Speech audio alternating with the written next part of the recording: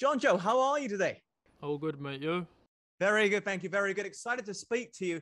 Excited at what's happening at Newcastle. Firstly, Eddie Howe, inspirational when we saw him at Bournemouth. What's he brought to Newcastle? Intensity. He's been spot on since he come on. Not come on. He's not a player, but since he's come through the door, he's brought a real freshness to everyone at the training ground, and everyone's just bought into what he wants to do and what he's setting out to do, and everyone's looking forward to working with him.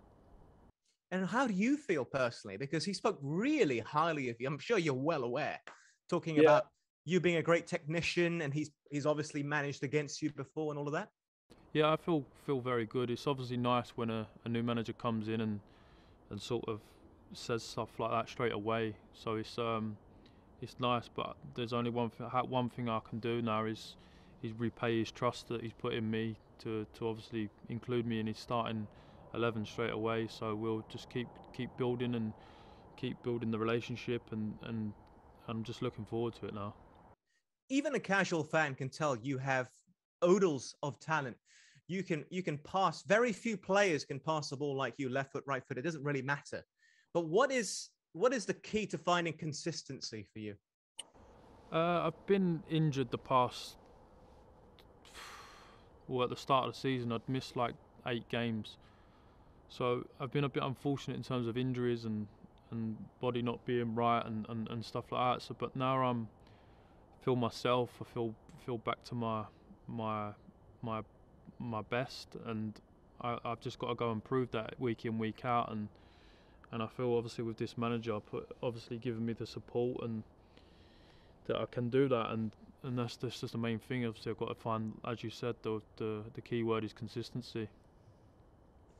For a neutral fan, and maybe for some Newcastle fans, the game on the weekend was very entertaining. I mean, philosophy-wise, what are we going to expect that's different from Newcastle on the pitch now under Eddie Howe? Is it going to be more attacking, more attractive football? I think so. I think it will just be more front foot style of play. We'll always, with Eddie, we'll always try and set out, and everyone will have to want the ball, but his first thought is to go forward, and that's the way the Newcastle fans like to see the game played. Obviously, it can be dangerous in some way, but it's a lot more exciting as a footballer to be involved in that style of play. Of course, it's safety first, which is why Eddie Howe wasn't in attendance. He tested positive for COVID. But was it weird? Was it frustrating almost to finally have a new manager in place and then he can't actually be there, even though he's overseeing training? Yeah, I was more just gutted for him because obviously he'd been out the game for a year or two, and he'd worked so hard during the break he had to obviously get himself back into the game, and he finally got back in, and then to have that taken from you obviously by COVID, and which is just a horrible thing. And I was more gutted for him because I knew that he would have got some reception of the Newcastle fans, but he's got a game on Tuesday night, and I'm sure he'll get a very good reception then because he deserves it. Yeah, absolutely agreed there. I mean, you're looking at the season as a whole. I know we're still relatively new into it, but what do you put it down to, searching for that first win and being unable to do it? Is it being unlucky? Is it just finding yourselves firstly? I think we've had a lot of draws. I think the draws that we should have turned into wins, but it's just a matter of we've just got to keep believing, and it's still fresh with Eddie, and I firmly believe that there's enough in that dressing room to get us out of the situation we're in, and we've just got to, like I said, you've just got to keep believing and stick together, and I'm sure we'll have enough to get there. So what's been the main focus in training? I mean, you can't give away your secrets and all of that, but what has been the key message that's been drilled into you? You mentioned intensity under Eddie Howe. I mean, how much deeper does it go than that? Just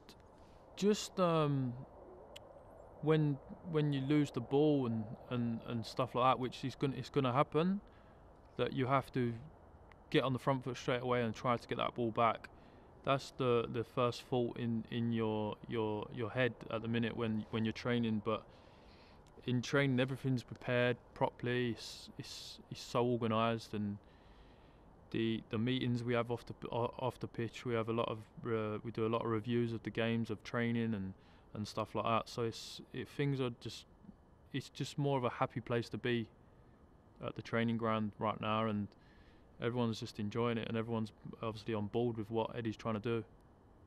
And given the change in ownership as well, I mean, what's the mood like been within the team? Because you must all be pushing yourselves. There's a new manager in town. There might be signings in January. We don't need to get into that, but just the thought of it would probably push and inspire players on to better themselves, to prove themselves. Yeah, it's exciting times for the football club, and it's down to the players here now, and obviously me personally. And if you want to be involved in that, then you need to raise your levels, and that can only start obviously on the training pitch day in day out, and then you take that into games, and then you go from there. But yeah, it's very exciting times for the football club. How does it translate with the fans as well? How did you find the reception over the last couple of weeks at St. James's Park? And I'll be honest, I've travelled to Newcastle and covered games there. Geordies and the Scousers are the friendliest people, not just in the UK, but they stand out amongst the entire world. And I've travelled a fair bit. Yeah, luckily I've been able to work at both football clubs in terms of Liverpool and Newcastle, and I agree with you there. It was becoming a little bit horrible in terms of before the new owners come in, and ever since then it's been back to what you associate Newcastle with. I mean, the people are, as you said, they're so friendly up here, and they live and die for football, and as long as we don't forget that as a team, and we put it in every week, then that's all they ask of you. So we've just got to keep doing that. But in terms of the atmosphere at the stadium, it's a lot better. Yeah, talk me through what it's like for a player, having covered games there, and I've worked with former Newcastle greats at St. James's Park. The moment the music starts playing, you know, that going home song, that it sends goosebumps down my skin. It's unbelievable. I mean, I was on the bench against Chelsea and Tottenham, and I'm sat down in the dugout, and you're seeing the starting 11 stand up, and the songs going on, and like it makes you like jealous, because you want to be on that pitch experiencing that. Do you know what I mean? Because the atmosphere then was just incredible, and as a footballer you just want to be involved in moments like that, and because they don't come around very often, so you have to make the most of them and grasp it while you can. Yeah, I want to stress the Malaysian viewers, because we are 11,000 kilometers away from you. A lot will never get a chance to experience the northeast of England and the warmth of Newcastle, but I bet it's a lot warmer there, mate. I'm sunburnt right now, you can't tell. But it's the busiest period of the entire season, no international breaks. How important is it to finally get that win, to build momentum here? Because it can be a very slippery slope. Yeah, it can, because before you know it, if you don't win, you're really in the trouble. But we've got a few games now where we feel that we can get points from, and obviously with the new style fan of play that we've got, and we're just going to take it to teams and see what goes there. So everyone's looking forward to it, and the good thing, as you said, about Christmas, there's a lot of games to be played, and within 4 or 5 games the table could look totally different. Okay, well, I'll be flying to the UK on Saturday to cover some games. You'll see me over the next month, so if you spot a really short guy like me, then just come over and say hi. But do you have a message from the Malaysian fans? Because the Newcastle contingent here, they are fiercely loyal and really supportive. Just to keep supporting us, and we'll keep giving it our all, and hopefully they enjoy what's to come over the next few weeks. Perfect. Thank you so much. All the best. See you soon.